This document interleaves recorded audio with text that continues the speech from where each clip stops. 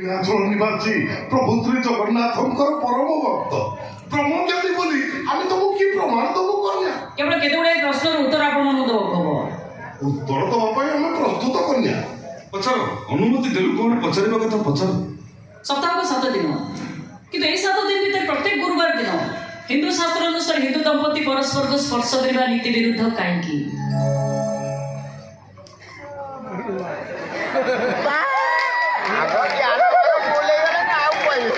ବାବା ବାବା ଇଏ କଣ ଅନ୍ୟର ପ୍ରଶ୍ନ ଶୁଣି ଆପଣ ଏମିତି ମୁହଁ ବୁଲେଇ ଦେଲେ।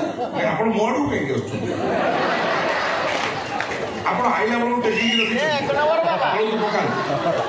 କନ୍ୟା ଯେତେବେଳେ ପଚାରିଲେ ତୁମେ ତ ବଡ ସୁନ୍ଦର ଭାବରେ କହିଦେଲ ଉତ୍ତର ଦେବା ପାଇଁ ଆମେ ପ୍ରସ୍ତୁତ କନ୍ୟା।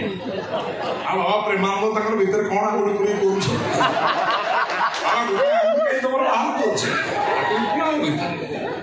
ସେ ତାଙ୍କର କଣ କରୁଛନ୍ତି ସେ ବଡ ଆନନ୍ଦର ସହକାରେ କହିଦେଲେ ଅନୁମତି ଦେଲୁ ପଚାର। ଆଉ କନ୍ୟା ତ ପଚାରିଲେ ତମ ଉତ୍ତର ମତେ କାହିଁ ପଚାରୁଛ?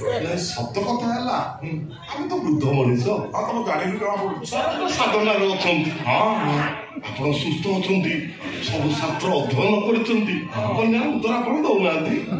ଉତ୍ତର ହଁ ଉତ୍ତର ଦବା କଣ ଅସୁବିଧା ଅଛି ବାବା, କିନ୍ତୁ ମୁଁ ଦେବି ନାହିଁ। ମୁଁ ଦେବି ନାହିଁ। କାହିଁକି ଦେବିନି?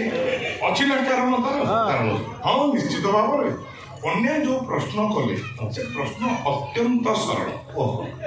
ତେଣୁ ଆମ ଭଳି ଜ୍ଞାନୀ ଗୁଣୀ ଜ୍ଞାନର ପୁଙ୍ଗବ ମାନେ ସେ ସରଳ ପ୍ରଶ୍ନର ଉତ୍ତର ଦବା ଯାହାର ଲଜ୍ଜା ପାଇବା ତାହା।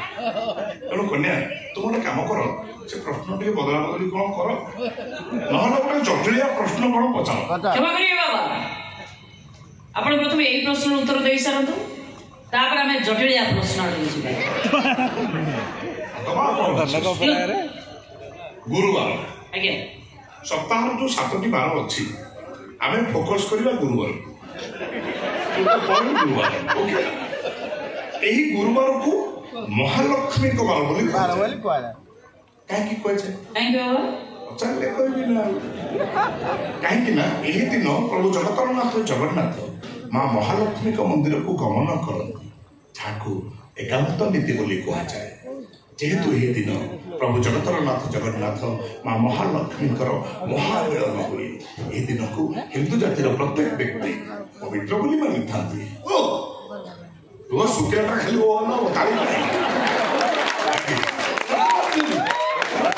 ସେଆଡୁ ମାନ ଅଛି ତମର ନ ଆଉ କେତେ କଥା କନ୍ୟା। ମଣିଷ ମାନେ ମୃତ୍ୟୁବରଣ କଲେ ଦୁଇ ପାଖରେ ମୁଖାଗ୍ନି ଦିଆଯାଏ, ଠିକ୍ ସେମିତି ଶ୍ରୀମନ୍ଦିରର ସେବକ ମାନଙ୍କୁ ବୋଲି ମୁଖାଗ୍ନି ଦିଆଯାଏ, କିନ୍ତୁ ସେ ମୁଖାଗ୍ନିର ଅଗ୍ନି କୋଉଠୁ ଆସେ? ଏ ପ୍ରଶ୍ନର ଉତ୍ତର ବାବା ପ୍ରେମାନନ୍ଦ ଦେଇପାରିବେ। ପାଇଛନ୍ତି ମହାପ୍ରଭୁଙ୍କ ପାଇଁ ମହାପ୍ରସାଦ ଯୋଉଠି ରୋଷେଇ ହୁଏ ସେ ରୋଷେଇ ଘରୁ ହିଁ ନିଆଁ ଆସିଥାଏ। ବାବା ସ୍ୱର୍ଗଦ୍ୱାର ଏକ ପ୍ରସିଦ୍ଧ ସ୍ଥାନ କାହିଁକି? ବାବା ପ୍ରେମାନନ୍ଦ ଆଉ ପ୍ରେମ ପାଇଁ ଡାକୁଛନ୍ତି। ଆମେ ଗୋଟେ ଗୋଟେ ଦେଲୁ ତମେ ଗୋଟେ କିଏ? ସ୍ୱର୍ଗଦ୍ୱାର ଶବ୍ଦ ଆଉଥିଲେ ସ୍ୱର୍ଗକୁ ଯାଏ, କିନ୍ତୁ କାହିଁକି ବାବା? Entry point.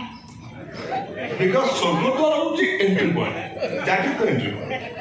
ସେ ଏଣ୍ଟ୍ରି ପଏଣ୍ଟ ଦେଇ ପ୍ରତ୍ୟେକ ରାତିରେ ଏଭ୍ରି ନାଇଟ୍ ତମେ ବିଲିଭ୍ କରିବନି କନ୍ୟା, ଏଭ୍ରି ନାଇଟ୍ ସବୁ ଦେବତା ଦେବାଦେବୀ ଡକାଡକି ହେଇକି ଆସିବେ, ସେଇ ବାଟ ଦେଇକି ଆସିବେ, ଜଗନ୍ନାଥଙ୍କ ସହ ବସି କିଛି ଡିସ୍କସ୍ କରିବେ, ଡିନର ଅବଢା ଖାଇବେ, ଭୋରୁ ଭୋରୁ ପଳେଇବେ।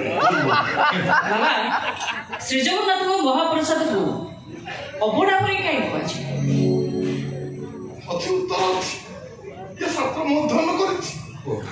ଅବଢା ଅବଢା ସନ୍ଧି ବିଚ୍ଛେଦ ଅବଢା ଅବଢାକୁ କେହି କାହାକୁ ବାଡେଇକି ଦିଅନ୍ତି ନା, ଅବଢା କୁଡୁଆରେ ଯେ କେହି ଲୋକ ହାତ ପୁରେଇ ଅବଢା ଖାଇପାରେ। ସେଠି ନଥାଏ ଜାତି, ନଥାଏ ଗୋତ୍ର, ନଥାଏ ଉଚ୍ଚ ନିଚର ଭେଦଭାବ। ଆଉ ସେଇଥିପାଇଁ ପ୍ରଭୁ ଶ୍ରୀ ଜଗନ୍ନାଥଙ୍କର ଭୋଗ ହଉଛି ଅବଢା। ଆପଣ ମାନେ ହିନ୍ଦୁ, ନୈଷ୍ଠିକ ବ୍ରାହ୍ମଣ, ଧର୍ମବାଦୀ, ଶ୍ରୀକ୍ଷେତ୍ର ନିବାସୀ, ଅଗ୍ନିହୋତ୍ରୀ ଆଗ୍ନିକ ବଶିଷ୍ଠ ଗୋତ୍ର ଋଗ୍ବେଦ। ଆଚ୍ଛା ମୁସଲମାନଙ୍କ ଧର୍ମ ସମ୍ପର୍କରେ ଆପଣମାନଙ୍କର ମତ?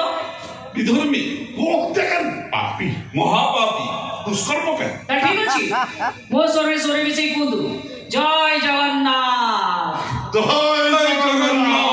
ଜୟ ଜଗନ୍ନାଥ।